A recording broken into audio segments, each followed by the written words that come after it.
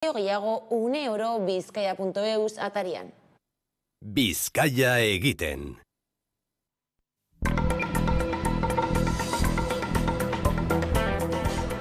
Bizkaiko 113. udalerria bihurtu da Usansolo. Bizkaiko batzar nagusiek goizean onartu egin dute orain arte Galdakauko auzo izan dena. Udalerri bihurtzea. Usansolon dauden Galdakauko ondasunak udal berriaren jabetzakoak izatera igaroko dira, baita kudeaketa ere. Beste zerbitzu batzuk elkarrekin kudeatuko dituzte, hilerria, musika eskola edo euskaltegia esaterako. Usansolon udalerria izango direla ospatzeko ekitaldiak antolatu dituzte.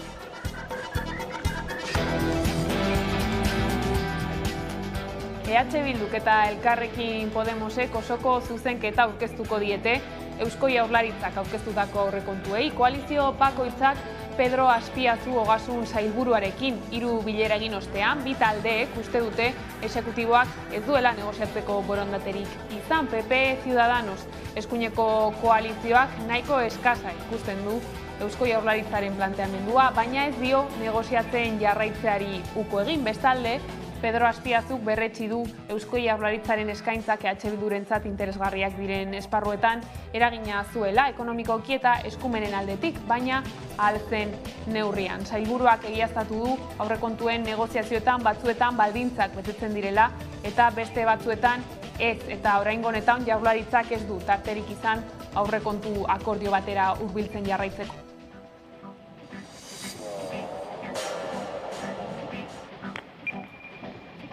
Eta Nafarroako politikari helduta Enrique Maiak argitu du ez duela erabaki alkatetzara aurkeztu ala ez. Esan du erabaki hartu gabe duela eta denbora behar duela, denbora horiek errespetatzeko eskatu du. Aurretik Eguberria kaldera iragarriko duela esan eta gauza bera errepikatu du oraingoan.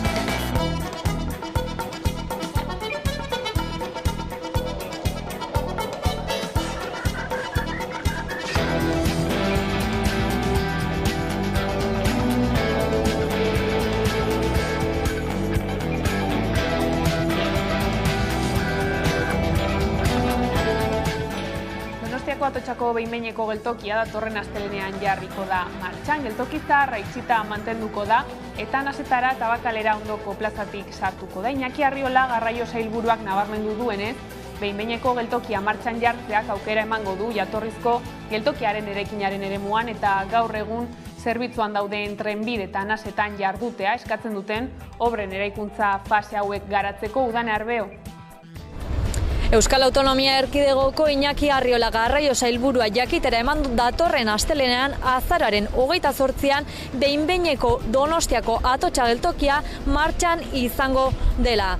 Horren inguruko xehetasun gehiago eman ditu eta adierazi dute abiadura handiko trenaren Euskaliaren baitan 3 hiriburuetako geltokien artean lehena izango dela. Gurasosek manifestaziora deitu du, Zubietako erraustegiaren aurka errauste planta ixteko eskatu dute eta kontrol demokratiko zorrotza egiteko ere bai, hainbat eragile eta norbanako babestu dute deialdia. Udane.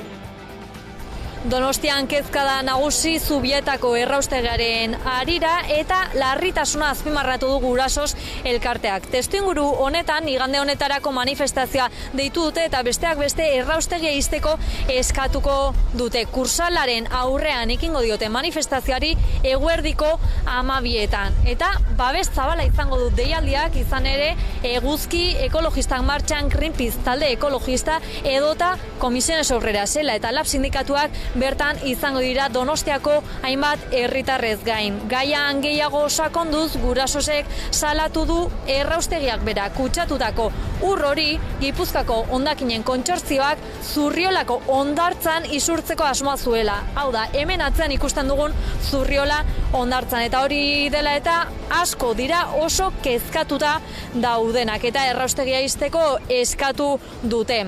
Horrez gain, aipatzekoa bestalde, Aste honetako albistea dugula, Arantxa Tapia ingurumen sailburuak parlamentuan legebiltzarrean aitortu duela erraustegiak Zubietako edota Donostiako erraustegiak Jaurlaritzaren araudia urratzen duela. Izan ere, Zubietako erraustegiak arazorik izatekotan, arazori eteteko sistema automatikoa beharko luke eta Arantxa Tapia ingurumen sailburuak aitortu du ez duela sistema automatikorik.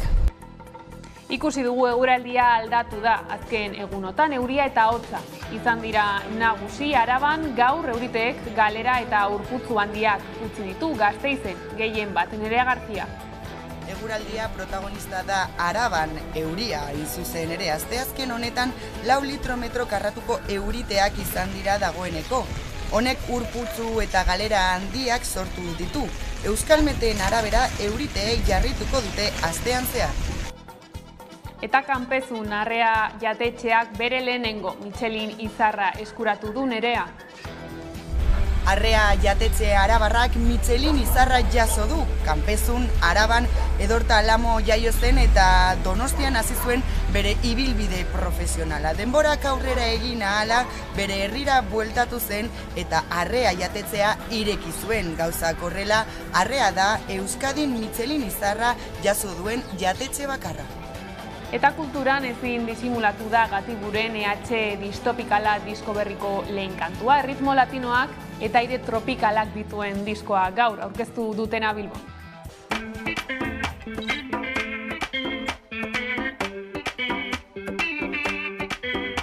EH distopikaleko nondi norakoak apurtxu bat dire, disko alai bat, gitarra latino tropikal afrikarren kutsuagaz, erritmo biziak, elektronika pixka bat, dantzagarria, distopikoa. Azkenengo kontzertu handietan, aize sekzioa egon da, perkusioa ere duela urte askotik ari gara sartzen, ez beti aldanean, baina ideia orain da, hori aize sekzioa, perkusioa eta artilleria guztiagaz, bai.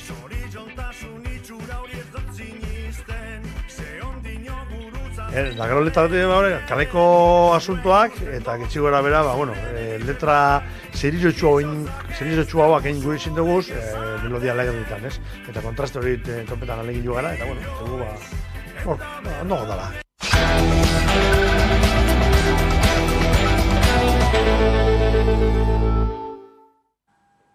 Gabon, Usansolo Bizkaiko 113. Udalerria bihurtu da. Markadatako auzo borrokaren ondoren, Bizkaiko batzar nagusiek Usansoloren bereizketa onartu dute. EAJak, EH Bilduk eta Elkarrekin Podemosek aldeko botoa eman dute. PP abstenitu eginda eta PSek kontra bozkatu du Usansolok Espainiako legediak eskatzen dituen 5.000 biztanleak ez dituela argudiatuta. Bototara jarri behar dugu batzordearen irizpena, hori da bozkatuko duguna. Bozkatu dugu, emaitza hurrengo da, guztira 49 boto dira, baiezkoak izan dira boto gutxi, ezezkoak izan dira 8, abstentzioa 2, beraz, onartutako batzordeko irizpena eta ondorengoa Usansoloko herria. Jarraian, boto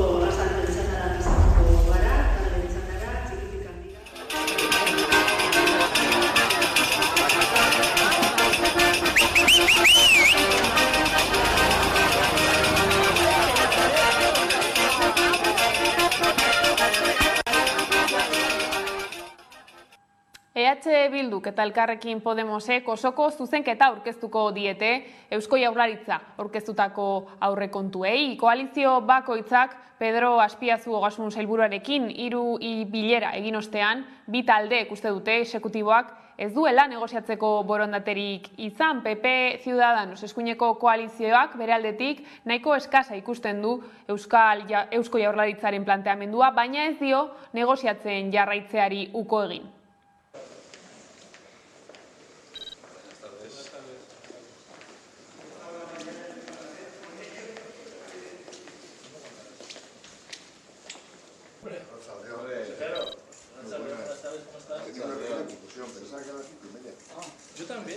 Hirugarren eta azken bilera izan dugu EH Bildurekin eta Elkarrekin Podemoseki iurekin bi alderdiek alde bakarrez utzi baitute aurrekontuen negoziazioa.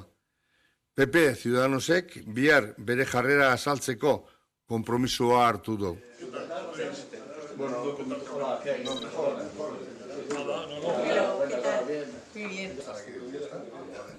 Guk gaur gobernuari esan diogu, egin digun proposamenak ez dioela erantzuten inondik inora Euskal Herria Bilduk mahai gainean jarritako arazoak erantzuteko dagoen beharrari, eta zentzu horretan Euskal Herria Bilduk ez duela jarraituko borondaterik ikusi ez duenez gobernu honen aldetik eszenifikazio bat egiten. Iruditzen zaigu egoera benetan konplexua eta kezkagarria dela, eta herritarrei zor diegun zintzotasunagatik eta leialtasunagatik ez dugula jarraitu behar egoera hau nahasten.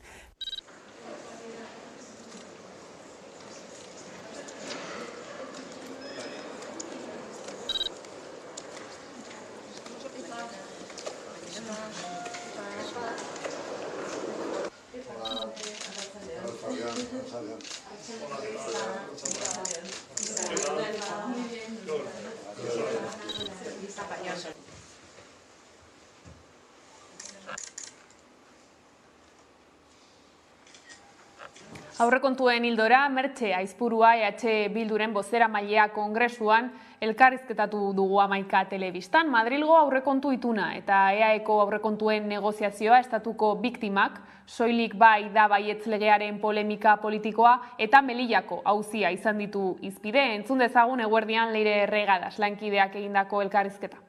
Gobernu zentralaren aurrekontuak badirudi aurrera aterako direla aurtengoan ere, horiek babesteko ituna aurkeztu zenuten atzokoan eta zenbait gai barne biltzen ditu akordioak autogobernuarekin, memoriarekin edota babes sozialarekin lotutakoak besteak beste.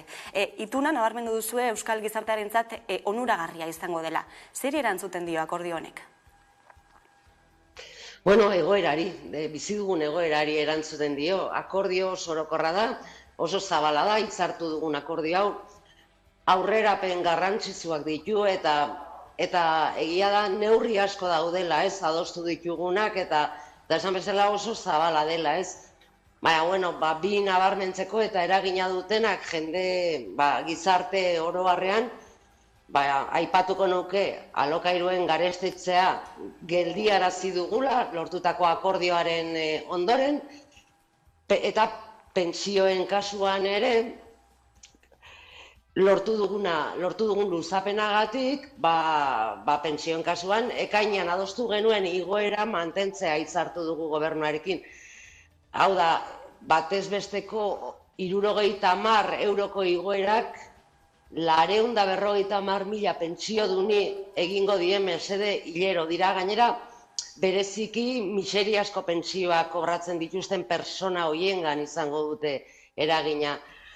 Hortik aparte, baditugu hainbat lorpen esango nukenik eta benetan guretzako ez dakit poza berezia ematen digutenak eta dira Nafarroako indusketa horietan, arantzadik aurrera eramaten ari direnak, horietarako laguntza bat bideratzea, Irulegiko esku horrei nolabait segida eman alizateko horrelako partida bat lortzea, eta beste hainbat gai oso zabala da, eta oso zaila da gainera danak murriztea zen neurri asko dira, atzo adierazi genuen bezala. Dena den, deigarria izan da baita ere, Sánchezen aurrekontuei baiezko eman diozuen egun berdinean azaltzea Jaurlaritzaren aurrekontuak ez dituzuela babestuko. Mezu bat izan da, EAJarentzat? Nei iruditzen zait gertatzen ari dana dela, gai honetan, aztertu beharko litzatekeela zergatik posible den Madrilen akordioak lortzea, Iruñan akordioak lortzea posible den bezala, eta Gasteizen ez. Hor aldatzen dena da interlokuzioa, beraz, seguru aski, PNV-ek nagusitasun osoa duenez, aurrekontu hauek ateratzeko ez da ezer mugitzen, eta hori da gertatzen ari dana. Azken finean, negoziaketa bat planteatzen dezunean, prest egon behartzara ere besteak behar duenari edo eskaintzen duenari ateak irekitzeko. mantentzen balin bazera jarrera batean esanez hau da dagoena eta hau da onartu behar duzuna, horretarako horrei, desde luego, nik negoziazioa ez nioke deituko, ez? Eta hemen gertatzen ari dena hori da, ez? Gasteizen interlokuzioa PNV-k eramaten du, eta ez da mugitzen berak hasieratik badakiela aterako dituela aurrekontu horiek eta horretarako negoziazioa, desde luego, ezin diogu deitu, ez? Beraz, nik uste garbi dagoela, Iruñan zergatik posible dan ere, neurria aurrerakoiak ateratzea, Madrilen ere, eta Gasteizen zergatik ez den posible, ez? Neurri aurrerakoi horiek aurrera eramatea. Madrilen bertan akordio hau erdietsita uste duzu Sánchezek jarrera aldaketa bat izan duela, gerturapen bat izan duela investidura blokearekin? Nik uste behartuta dagoela, ez? Momentu honetan eta hemen eta batez ere ezkerra aldeko alderdiok hemen gaudenak eta batez ere katalanak eta euskaldunak, hau da, ezkerreko independentismoari erantzun behar diola eta behar duela, ez? Mantentzeko, gobernu hau mantentzeko, guk askotan esan dugu hau dela babestuko duguna, politika baldin eta beti politika aurrerakoiak eramaten balin baditu eta gure lurraldearen eta gure biztanlegoaren alde aurrera egiten bada, bide horretan hor gaude eta behar gaitu, ze mantendu nahi balin badu gobernuan, hori da behar duena, ez? Beraz, horrei erantzuten dio behar batei eta ongi dago, eta nik uste askotan esan dugun leiho hori, irekitzen den leiho hori, aprobetxatzen dugula eta Euskal Herriaren eta herritarren babeserako eta onurak lortzeko izango dela. Atzokoan adostutakoaren artean dago besteak beste memoriarekin lotuta ere martxoaren 3ko biktimak oroitzeko memoriagune bat sortzea Gasteizen bertan. Estatu terrorismoaren biktimak gogoan izan dira gurean, azken egunotan ere, azaroaren 20an, eta oraindik ez da aitortza ofizialik haientzat gogoratu beharra, ezta? Eta bien bitartean eta egun berean ere ikusi dugu Madrilen nola izan ziren aldarri frankistak, hain zuzen memoria lege berria desafiatuta. Honek ez du inolako ondoriorik ekarriko? Lege honek gauza asko ditu, zulo beltz asko ditu eta horrela esan genuen, bere garaian, hemen aztertu genuenean legea, baina egia da gauza batzutan argia dela. Eta hemen horrelako ekintzen aurrean hartu beharreko neurriak oso garbiak daude. Azken finean ikuste dut urte asko bizi garela estatu honetan frankismo soziologiko horrenpean, oraindikan gauza asko mugitu egin behar direla eta trebatu egin behar direla, eta bestela ez da ulertzen nola gobernuak nola han bertan zeuden poliziek ez zuten neurriak hartu momentu berean, ez gertatzen ari diren momentu berean. Beraz, ni gogoratzen naiz hasierako plenotan esan genuela hemen pedagogia demokratiko handia behar dela, estatu hau demokratizatzeko, eta tarte handia dagoela oraindikan demokratizatzeko benetan estatu hau, eta gauza horiek oraindikan, bide luzea dago benetan demokrazia batean bizi garela sinisteko. Beraz, hori da, pentsatzen duguna. Azaroaren 25 ere gerturatzen ari da, emakumeen aurkako indarkeriaren kontrako eguna, eta testuinguru honetan soilik baietz legeak polemika piztu du. Sortu den zarata politiko guztia nola bizi ari zarete diputatuen kongresuan?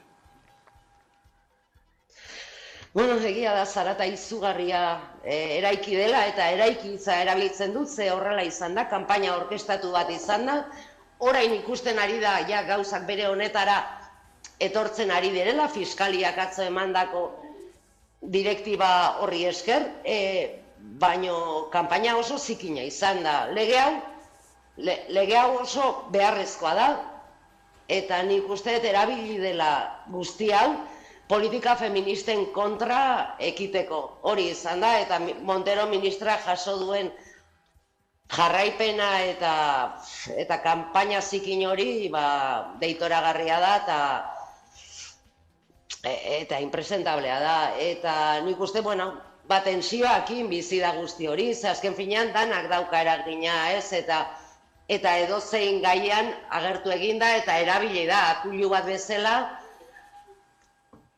berdin zen ze gaiaz aizinan hitz egiten, ze hau zen, mai gainean jartzen zena, eta eskuinak ederki asko erabili du hau, mina egiteko eta batez ere nik uste, bai, Monteroren kontra joateko, baina baita ere politika feministen kontra joateko. Bestalde Melillan gertatutakoaz ere galdetuko dizugu, izan ere PSOEk eta PPek ikerketa batzorde bat eratzea eragutzi dutelako, baina ere gehiago PSOEk alde bakarrez baztertu egin duelako Melillan gertatutakoaren bideo horiek kongresura heltzea. Zein irakurketa egiten duzula? Larria dela, ez? Hemen ikusi dugu eta,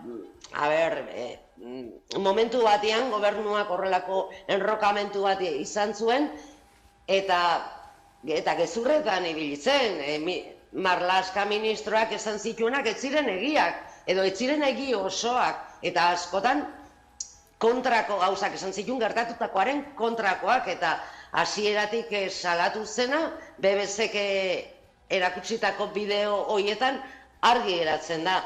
Bihar Jon Iñarrituk ikusiko ditu, bihar ezetzi, barkatu, jarriko dira, esan digute, jarriko direla gure esku edo guk ikusi ahal izateko bideo osoak, bere osotasunean, hor frogatuko dena, nik uste, oraindik gehiago berrestuko duela batzorde bat behar dela, ikerketa batzorde bat behar dela, azken finean, hau oso larria da, gertatu dena, eta hemen argipen asko behar dira eta gobernuak argipen horiek eman behar ditu.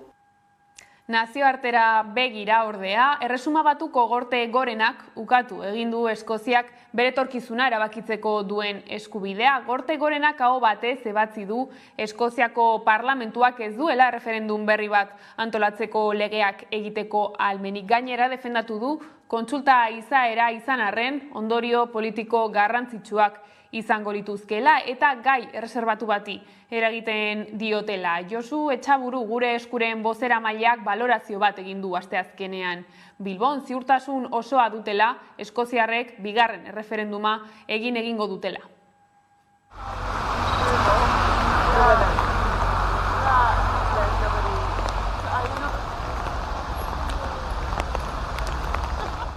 The Scottish Parliament does not have the power to legislate for a referendum on Scottish independence. The court will now adjourn.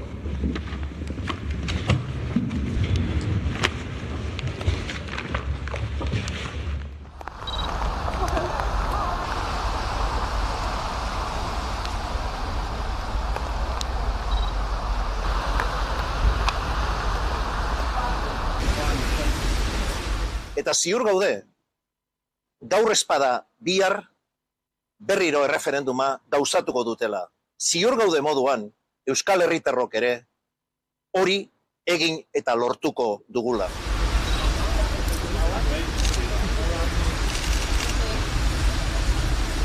Alde batetik, autodeterminazioaren auzia Europa mailan ere jokatu behar dela, eta Europak ere baduela horren inguruan zeresana berresten dugu. Gai zaldatuta, Jaurlaritzak amaitu gabe utzi du Ezkioko AHT-ren geltokia. 6 urteko mantentze lanak aurrezteko berez, Ezkioko AHT-ren obrak amaituta izan beharko luke iragan otsailean, baina atzerapenak medio oraindik amaitzeke dago. Jaurlaritzak erabaki du geltokia eraikitzeko kontratua bertan bera uztea. 16 urte igaro dira abiadura handiko trenaren obrak hasi zituztenetik, eta AHT-an erakundek ezarritako dirua handituz joan da. Dagoeneko azpiegitura horren gasto 5.000 milioi euro ingurukoa da Araban, Bizkaian eta Gipuzkoan. Gipuzkoako zatearen lanez Euskal Trenbide sarea arduratzen da. Ezkioko geltokiaren kasuan, eraikuntza Iparragirre eraikuntza lanak enpresari esleitu zitzaion 2021ko martxoaren 21ean, ia 4 milioi euroren truke, eta 9 hilabeteko exekuzio epearekin. Berez obrak amaitu da izan beharko luke, Otsailean bukatuta egon behar zuena irailera arte atzeratu zuten, baina oraindik ez daude amaituta azken txosten ofizialaren arabera. Iñaki Arriolaren sailak adierazi du enpresari 2 luzapen onartu zitzaizkiola, bata 2022ko urtarrilean COVID-a justifikatuta, eta bestea ekainean Errusiako eta Ukrainako gerragatik materialik ez zuela argudiatuta. Lanak irailaren 27ko amaituta egon behar zuen. Kontua da bigarren luzapena eman eta hilabetera Euskal Trenbide Sareak kontratua etetea erabaki zuen Iñaki Iriondo kazetariak naiz hedabideen jakitera eman duenez. Euskal Trenbide Sarea kontratua bertan bera uztea erabaki omen du ez baituelako uste martxan jarriko denik gutxienez 6 urte barru arte, eta kontserbazioa orduan bukatza baino garestago izango litzatekelako. Azpiegituraren zatirik garrantzitsuena amaituta dago, baina geratzen denak eskatzen du gutxienez 6 urtez mantentze lanak egitea, eta horrek 1,55 milioiko kostua izango luke. 6 urtez martxan jartzeko lehenengo eguna 6 urte barru izango dela uste baitute. Horrek 2028aren amaieran jartzen gaitu. Baliteke halaber, azkenean Nafarroaren eta Euskalearen konexioa Gasteizen zehar egiten bada inoiz ez funtzionatzea ezkiokoak. Arabako, Nafarroako eta Burgoseko tren publiko eta sozial baten aldeko plataformek abiadura handiko trenerako alternatiba eskaini dute, eragin txikiagoa eta 2.000 milioi euroko aurrezpena ekarriko lukeen trenaren proiektu aurkeztuta. Proiektuaren behin betiko txostena ezagutarazi dute astearte honetan, Iruñan eta Gasteizen eginiko agerraldietan.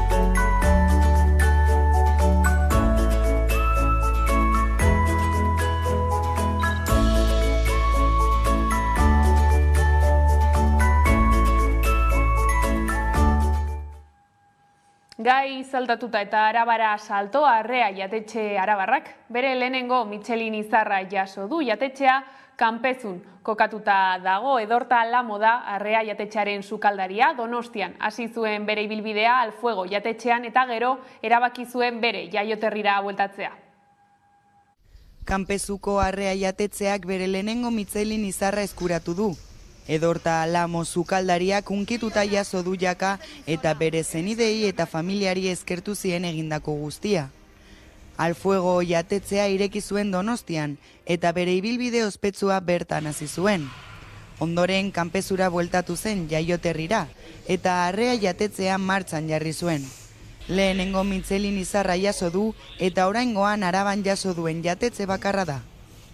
Bueno, poses handiarekin, azkenean hau gu arrearentzat, taldearentzat, edortarentzat, familiarentzat eta Kanpezu eta mendealde osoarentzat sorionez pilo bat eta asko posten gara eta hori oso posik. Dakagun bidea ja lan egiten dugun moduan eta holan, bai, azkenean da gure lana eta beste aldetik gauza hauek etortzen dienean eta ez dago gure euskuz. Arrea jaio zen duela pilo bat edortaren buruan. Beraz zegoen Donostin, Afogo Negronekin eta holan, eta beti bere ideia izan zen bere herrira berriro bueltatzea, eta eki genuen ja huelen gumea, eta historia zen beste bizi modu bat egotea, ja beste modu batean bizitzea, eta hor hasi zen, gero ja behiratu zuen etxe bat bizitzeko, jatetzea montatzeko eta holan, eta mendealdea pixka defendatzeko. Dakagu plater berezi bat, gure ideia eta gure filosofia da, pixkat hemen kultura gastronomika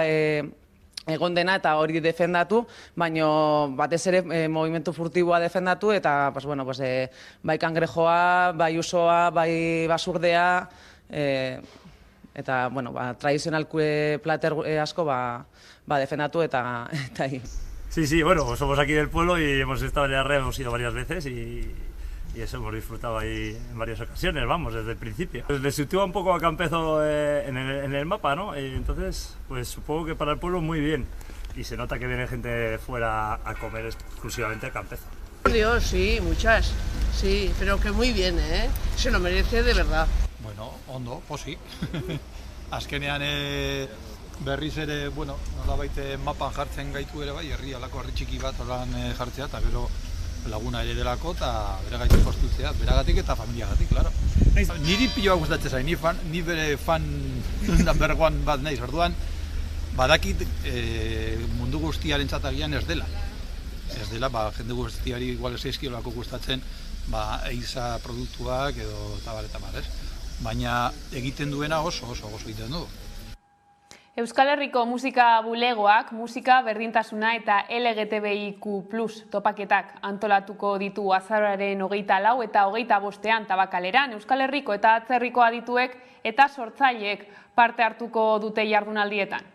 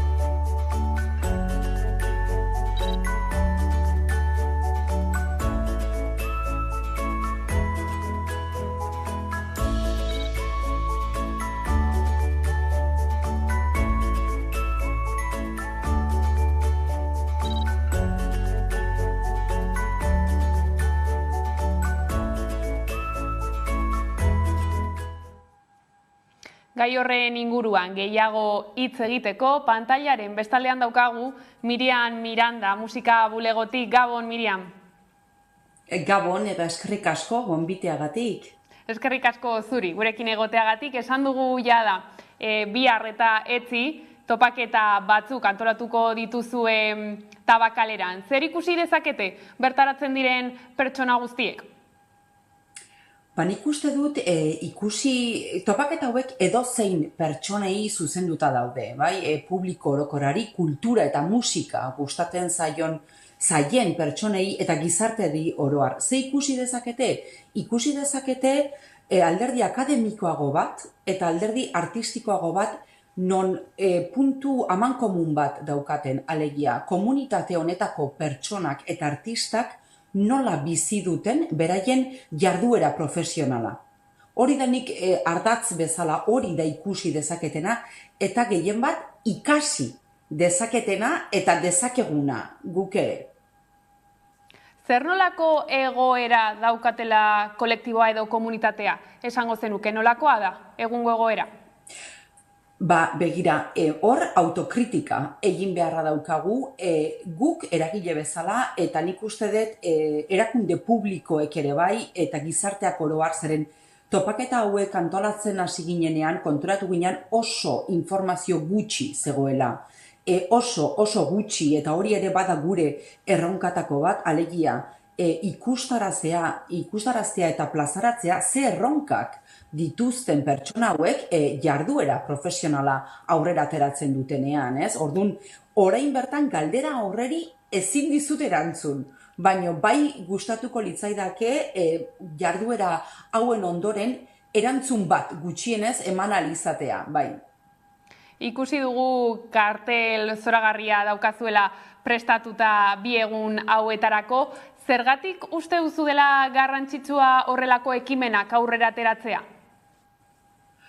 Nik uste dut, musika bulegoarentzat nahitaezko ekitaldi bat zen, gu baditugu genero politikak, baina beti genero politikak eta genero berdintasuna ulertua izan da edo izaten ari da emakume gizon sexualitate edo tendentzia horretatik, ez? Baina guretzako bazen gure beharra eta gure nahia izatea emakume gizon eta edozein sexualitate edo intimitate ikuspuntutik, ez? Zur artista batzea, oholtza gainea igotzen zea, kultura arloan lan egiten dezu eta guk horreri berdin zaio, ze etiketa edo ez etiketa izan, guk horreri ikuspuntu bat, horren ikuspuntua jakin nahi dugu eta guk horreri balore bat eman nahi diogu eta gehien bat sustatu eta bisibilizatu egin nahi dugu. Hori izan zen gure erronka nagusia. Mirian, eskerrik asko gurekin gaur egoteagatik, gertutik jarraituko dugu jardunaldien nondik norakoa, zorte asko eta esandakoa. Mila esker, Gabonetan gurekin egoteagatik. Eskerrik asko zuei, Gabon pasa.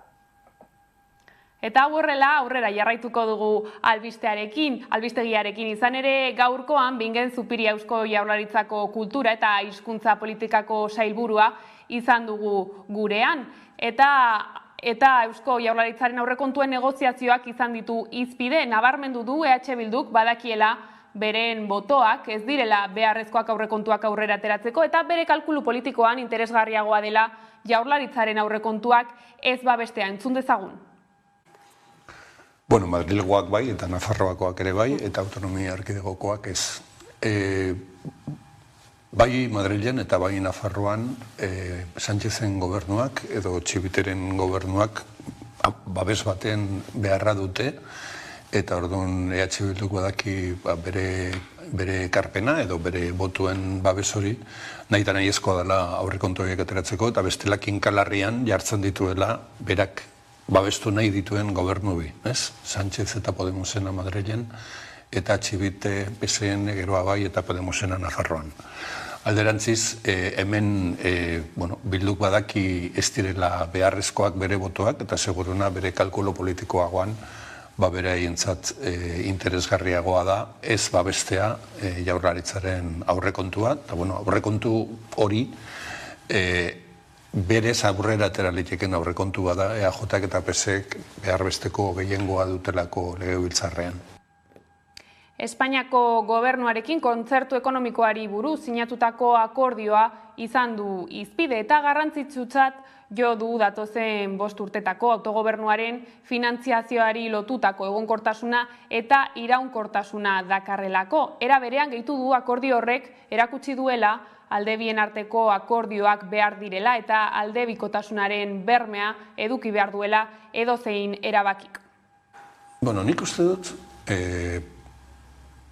Sánchezen gobernuak modu, esango nuke, abilean mugitu dituela bere piezak, ez da. Uste dut, Sánchezek behar du gehiengo bat legebiltzarrean eta badeki norekin lortu dezakeen gehiengo hori. Eta seguruna, bidelagun izango dituen alderdi politikoek antzeko gauzak planteatu dizkiote momentu batean edo bestean. Eta nik uste dut egin duena dela grazia partitu. Orduan naiz eta kasu honetan Jaurlaritzarekin edo Eusko Alderdi Jeltzalearekin zenbait gai hitz egin da eduki aldez aurretik Bilduren botoak behar baditu, bera jakitun da Bilduri ere zerbait eman behar diola, edo PDKti zerbait eman behar diola, edo RCri ere zerbait eman behar diola. Eta horren nik uste dut, hartu dutela eskari guzien zerrenda, eta balen esan dudan bezala grazia partitu dutela. Gaiz aldatuta, Usansolotarrentzat egun berezia delako gaurkoa, udalerri izatea lortu dutelako ez, hain zuzen ere Bizkaiko batzar nagusien onespenarekin, nola hartu duzu berria? Orain arte, gure tokiko administrazioetan eta prozeduratan erabakita dagoen bidea jarraitu du gai honek, eta onaino iritsi da, ez? Alde horretatik, aldundiak eta batzar nagusiek eman diote bidea Usansoloko herritarraskok planteatzen duten eskari bati. Orain ikusi beharko da, hartu diren erabaki hauen inguruan legezko bermerik badagoen edo ez aurrera jarraitzeko, eta orain arteko pausoak eman dituztenek uste dute badagoela berme hori. Ikusi egin beharko da. Espainiako gobernuaren bai soilik da baietz legeak eragindako polemikaz galdetuta nabarmendu du eskertzekoa izango litzatekela fiskaltzak zein epaileek irizpide batzuk finkatzea. Nik uste dut, ona dela gogoratzea lege honek helburu batzuela. Eta zan, indarkeri matxistaren biktima diren emakumeak babestea, sexuarekin eta sexu harremanekin zer ikusia duten gehiegikeriak gertatzen direnean. Orduan ez genuke ahaztu beharko zein den legearen helburua. Helburua hori da, emakumeak babestea. Eta zergatik hori, momentu batean ikusi zalako indarrean zegoen legediak ez zituela gertatzen ziren delituak behar bezala baloratzen, eta kasu batzuetan egon ziren tribunal batzuen adierazpenek eta erabakiek auzitan jartzen zutelako legearen helburua emakumeen babes hori ez da. Orduan, orain lege berri bat egin da, eta lege berri honek gauza asko argitzen ditu. Eta uste dut alde horretatik legea positiboa dela eta horregatik izan du parlamentuen eduki zuen babesa. Egia da, orain lege berriaren irakurketa egiterakoan egon ditekela punturen bat argi geratu ez dana edo ondo kudeatu ez dana. Orduan eskertzekoa izango litzateke lehenbailen justiziaren egiturak bai fiskaltzaren aldetik eta bai epaileen aldetik finkatzea irizpide batzuk. Eta horren ondoren Auzitegi Gorenak, Tribunal Supremoak ere, esatea zer gertatu leiken eta zer ez lege honen aplikazioan. Eta behar balitz, kasu horretan, zergatik ez, zuzenketaren bat edo egin behar bazaio, edo egokitzapenen bat egin behar bazaio legeari, egitea. Era berean, hainbat euskal presori gradu progresioak baliogabetzeaz hitz egin du eta nabarmendu du legeak ez duela berez jasotzen barkamena eskatu behar dutenik, baina nabarmendu du ez dagoela zalantzarik egoera konplikatu hauetan dauden preso askok beren esku edukiko luketela beren adierazpenak oso argi uztea. Badago tentazio bat badago, ez? Nik esango nuke momentu jakin batzutan gure gizartean dana zigorraren bidetik konpontzeko. Eta ez dakit beti horrela behar duen. Lehengo guenean irakurtzen duen emakume feminista batzuk egunkari batean idatzi zuten tribuna bat, eta esatu zuten helburua etzala gero eta zigorra handiagoak jartzea, bezik eta hartu behar diran erabakiak hartzea gizarte bat formatzeko, hezkuntzaren bidetik eta pentsamentuaren eta jarrera etikoen bidetik gauzak aldatzeko, ez? Etako presoen kasuan, alde batetik, egia da, oraindik ere, gehiagizko legedi bat aplikatzen zaiela, berez legeak eskatzen duena, baino ez duago, jokatzen dutela kasu askotan, preso batzuekin, eta beraz ez litzateke erabili beharko salbuespeneko legedirik, hori da lehenengo kontua. Eta hortik aurrera, epaileak eta fiskal batzuk oso gogor jarri dira legeak onartzen dituen edo onesten dituen neurri hauek edo abantaila hauek lortu behar dituzten presoen kasuan beraiek duten jarrerarekin, benetan bergizarteratzeko agertu beharko luketen borondatea betetzen ari den edo ez, legeak ez du berez eskatzen, barkamen eskatzea, baina dudarik ez dago, egoera konplikatuetan dauden preso askok beraien esko edukiko luketela baita ere, beraien adierazpenetan oso irmoak eta oso garbiak izatea. Gai zaldatuta, Bizkaiko ehungintza, larru eta oinetako eta merkataritza orokorreko langileek greba egingo dute Black Friday egunean, kontsumismoa goratzen den egunean, dendak lehertzear daudenean, eta edonon, amu berapenak topa daitezkeen ostiralean, herritarrek egun horretan ez kontsumitzeko dei egin dute sektoreko langileek. 1000 euro eskaz. Hori da Bizkaiko ehungintza, larru eta oinetako eta merkataritza orokorreko langile askok jasotzen duten soldata ian gutxiago ez bada. Lan baldintzak guztiz prekarioak dira eta beharginak nazkatuta daude. Nosotras decidimos empezar las huelgas porque la situación que tenemos salarial es muy precaria. Entonces tenemos unos salarios a jornadas completas muy bajos. 2019an hasi ziren 3 itunak negoziatzen eta hori dela eta aspaldi dituzte soldatak izoztuta. Si continuamos en esta situación, no vamos a poder llegar a final de mes, que ya de hecho no llegamos muchas de nosotras. Sektorea oso feminizatua da, soldatak 1.000 euro eskasera heltzen dira eta askok lanaldi partzialak dituzte gainera. Oso sektore prekarizatuak eta feminizatuak dira, oso soldata basuekin, lanaldi partzialekin batez ere, eta orokorran bizitzen ari garen bizitzaren garestitzearen igoerak bereziki kolpatzen ari diren sektoreak dira. 20, 24, incluso hay trabajadoras de 10, 15, 12. Entonces, claro, a nosotras que no nos suban el IPC nos supone mucho, porque a final de mes los salarios de compañeras pueden llegar a ser de 500 euros. 3 urte baino gehiago daramatzate 11.000 langile ingururi eragiten dien lan hitzarmena negoziatzen. Denda txikiek ez dutela KPIa igo nahi dio patronalak, hala ere handiek egoera baliatzen dute. Zenbait merkatari txikik euren kabuz igo baitute. Hala, enpresek irabaziak dituzten bitartean langileen soldatak izoztuta jarraitzen dutela ohartarazi dute.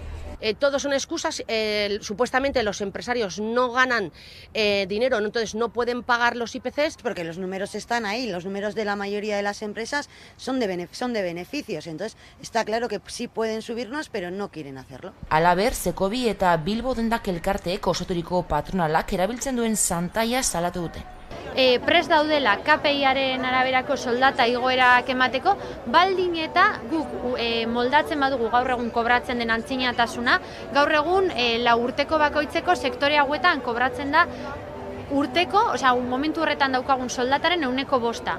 Planteatzen digutena da 100% izaten jarraitzea, baina beste oinarri bat hartzea, hau da, eguneratu gabeko oinarri bat hartzea. Horrek egia da, urte batean edo bitan ez dakala eskuratzea almen galera handia, baina peluzera bai dakar. Bai dakar alde handia dagoelako, mobilizazio guzti hauetan mahai gainean jarri dugu guretzako udako larun bat arratzaldeak oso garrantzitsuak direla. Azken batean merkataritzak eta ordutegi komertzialek daukatena delako bizitzarekin oso uztartzeko oso zaila den bizitza laboral bat. Y son días en los que no hay suficiente beneficio porque no hay gente que entre a las tiendas como para tener las tiendas abiertas. Horrez gain bajen osagarria ere kentzea proposatu du patronalak. Pondría pues todavía más precariedad para las trabajadoras. O sea, el no poderte coger una baja porque no vas a cobrar pues eso, tu salario íntegro. Y si ya no llegabas ni a 1.000 euros, pues imagínate si nos quitan el complemento IT. O sea, sería horroroso. Entonces, ¿qué tendríamos que ir a trabajar? Enfermas. Elak prentzaurrekoa eskaini du asteazken honetan Bilbon prekaritatearen aurkako kanpainaren barruan egindako inkesten emaitzen berri emateko. Emakumeen kontrako indarkeriaren aurkako nazioarteko eguna dela medio, Elak ekitaldi bat ospatuko du ostiralean bertan, Aguraingo Harresi aretoan sexu jazarpena pairatu duten 3 emakumeren testigantzekin. Izen ona, jabearena edo lankiderena zikindu ei dutelako. Ikusezina da. Deustuko Unibertsitatearen ikerketa baten arabera, lantokietan ematen den sexu jazarpenaren 82% jabetasun horrekin bukatzen. Berdintasun formala, instituzionala, legala bai, baina berdintasun errealaren beharra dugu batez ere sexu jazarpen kasu hauei aurre egiteko. Gaurko egunean, sexu jazarpenan inguruko datu gorri batzuk argitara eman nahi ditugu. Lehenengo aldia da ere datu hauek ematen ditugula. Datu propioak dira. Jazarpena identifikatzeko inkesta sakon bat sortu dugu. Sexu jazarpen mota eta maila ezberdinak detektatzeko. Datozen hilabeteetan, inkesta hauek betetzea sustatuko dugu ahalik eta lantoki gehienek. Ondorioz ateratako datu batzuk eta Elaren aldarrikapenak zeintzuk diren sexu jazarpenari dagokionez. Azkenengo hilabetetan garrantzitsua da azpimarratzea hau izebergaren punta besterik ez dela. Hau da, datu honek ez du esan nahi, gainontzeko sektoretan sexu jazarpen. Hainbat sindikatuk greba eguna deitu dute azaroaren 28rako Korreos posta zerbitzu publikoan. Sindikatuek ohar bateratu atera dute, bertan azaldu dutenez grebara jotzea erabaki dute lan hitzarmen kolektiboaren eta funtzionarioen akordioaren negoziazioan aurrera egitea ezinezkoa delako.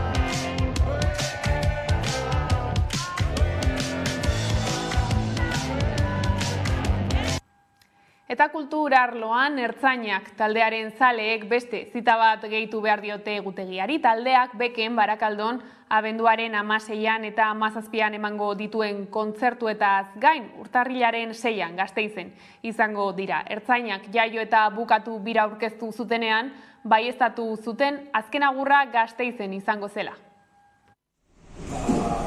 Holako Euskal gure ondarearen festa bat antolatzea. Ez guaitzaki bat, baino ez dira, beste batzuk izan dira, gure horretik, hainbat arte eta hainbat lehio irekitzen. Gu ere hori izan gara, kate horren ez dagoen bat txiki bat dira, beste batzuk dare oaintxe bertan lan hori betetzen, eta nahiko genuke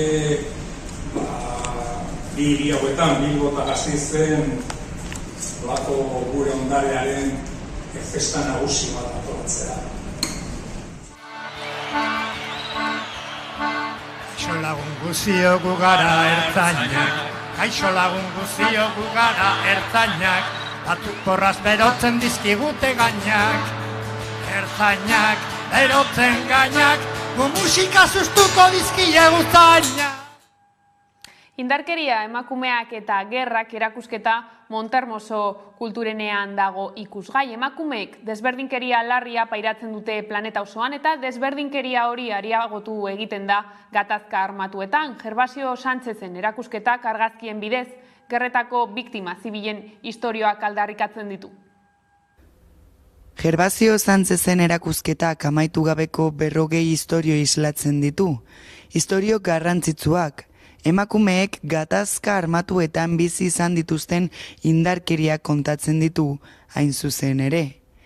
Istorio horiek agerian uzten dute bakea lortu izan arren, indarkeria amaitzeko ezinbestekoa dela genero ikuspegia aplikatzea nazioarteko gatazken konponbideak bilatzean, emakume eta gizonen arteko berdintasunaren alde. Emakumeek desberdinkeria larria pairatzen dute planeta osoan, eta desberdinkeria hori areagotu egiten da gatazka armatuetan. Gervasio Sánchezen erakusketak argazkien bidez gerretako biktima zibilen istorioak aldarrikatzen ditu, eta erakusten du gatazkak ez direla amaitzen gerrak amaitzen direnean. Gervasio Sánchez kazetaria da eta haren lanak Heraldo de Aragon egunkarian argitaratu ohi dira. 12 bat argazki libururen baino gehiagoen egilea da, eta gainera jaso dituen sari ugarien artean 2009ko argazkigintza sari nazionala nabarmentzen dute. UNESCOren bakearen aldeko ordezkari berezia da 1988tik, eta 2011an elkartasun sozialaren ordena zibilaren gurutze handia eman zion estatuko gobernuak. Erakusketa abenduaren 11 arte ikusgai izango da Montermoso kulturunean.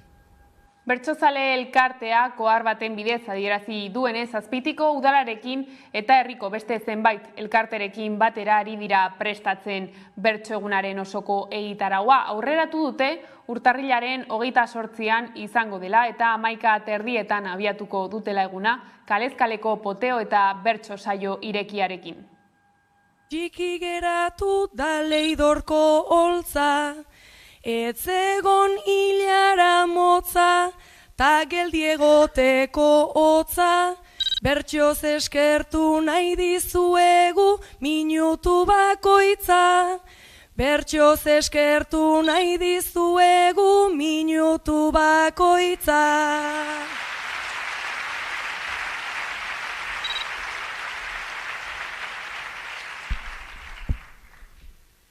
Nik uste nuen atariko hau Gipuzkoar mito bat zela, ta entzuleak kontratupeko figuranteak zirela.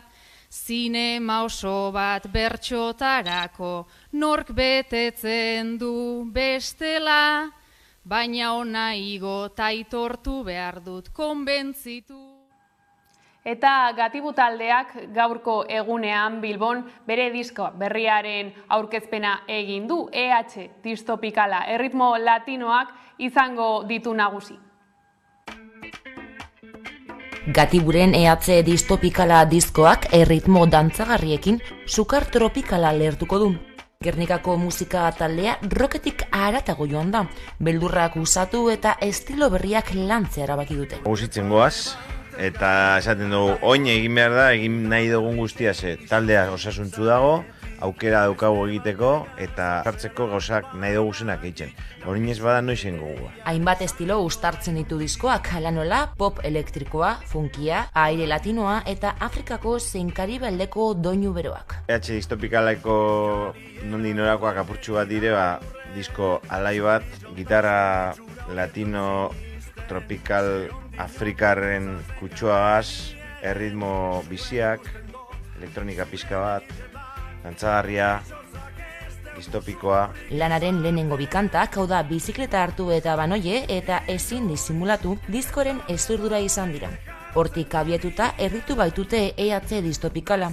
Diskoa 7 abestiz osatuta dago, letra bizi eta alaiekin, Euskal Herrian bizi den egoerari irakurketa kritikoa egiten diote, ironia eta umore azidoa erabilita. Da gero letra kaleko asuntoak eta gitxi gora bera, letra zerizotxua hauak egin gure zindoguz, melodia alegretan, ez? Eta kontraste hori topetan alegin jo gara, eta uste gu, ondo gondala. Kanta guztiak entzungai egongo dira plataforma digitaletan azaroaren 25etik aurrera. Diskoa baina Durangoko azokan jarriko dute salgai. 3 formatutan gainera, CD-a, viniloa eta kaseta. 9. diskoa modu berezian aurkeztu nahi izan du Gatibuk. Hala entzunaldiak antolatu dituzte, zaleek eta kasetariek askotatik disko berriko kantak entzun eta ondoren taldekidek kanta bakoitzari buruzko zertzaradak azaltzeko. Izan ere lagun giroko solasaldia sortu nahi izan dute eta sortu dute. Abestiak entzutean gorputzak astindu dituzte erritmo dantzagarrien erantzunle. Zoritzarrez uda aurretik kontzertu bakarra eskiniko du Gatibuk Euskal Herrian. Oholtza gainean igoko baitira soilik martxoaren 18an Bilboko Miribilla kiroldegian lan berria aurkezteko. Askotariko estiloak uztartzen ditu EH distopikalak eta horiek zuzenekora eramatea erronka handia da taldekidentzat. Azkenengo kontzertu handietan aize sekzioa egonda, perkusioa ere duela urte askotik ari gara sartzen, ez beti aldanean, baina ideia orain da hori aize sekzioa, perkusioa eta artilleria guztiagaz, bai. Edonola ere, Gatiburen EH distopikala diskoak baster guztietara sukar tropikala ekarriko du. Eta informazio honekin heldu gara albistegiaren bukaerara. Besterik ez gure aldetik hauek izan dira gaueko albistegiak gurean gaur utzi dituenak. Guztiak eta gehiago nahi duzuen aldiro 11.eus atarian bihar arte.